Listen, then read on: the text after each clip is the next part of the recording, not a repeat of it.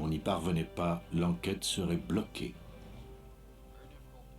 Dans l'espoir de corroborer les aveux de Klein et de le faire inculper, l'anthropologue William Maples tenta de déterminer l'âge, le sexe et la race du squelette. Voici la diaphyse de l'os, et puis voici l'épiphyse, le bout de l'os. Elles sont séparées pendant l'enfance, mais elles se transforment lentement.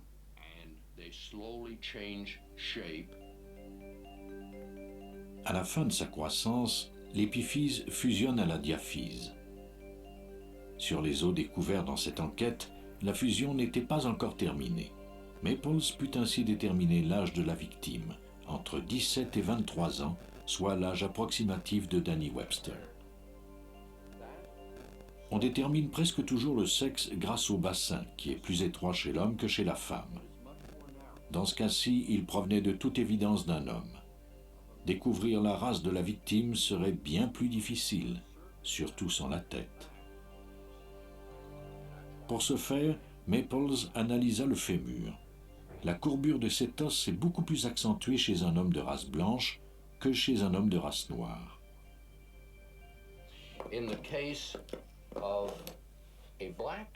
Dans le cas d'un homme noir, la diaphyse est plus plate, plus droite, sans la courbure à l'avant. L'ampleur de la courbure indiquait clairement que nous avions affaire à un homme de race blanche. Maples examina ensuite les os afin d'y retrouver les marques de sautillement. Les tueurs, en général, ne sont pas assez stupides pour se servir de couteaux de cuisine. Nous n'avons donc pas beaucoup d'informations à ce sujet. Mais les résultats étaient positifs. À la fin de son analyse, Maples pouvait conclure que les os correspondaient à la description de Danny Webster. Les aveux de Klein pourraient corroborer ces faits. Pour l'inspecteur Jeff Taylor, l'enquête était close. Paul Klein a été interné dans une institution pour les handicapés mentaux à Chattahoochee, en Floride.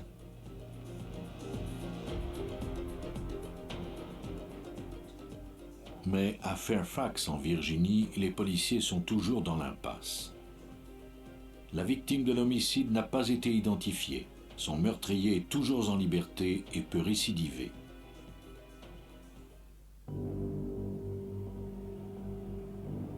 Plus de 2 ans se sont écoulés depuis la découverte du corps d'une femme en Virginie près de Washington. Les détectives de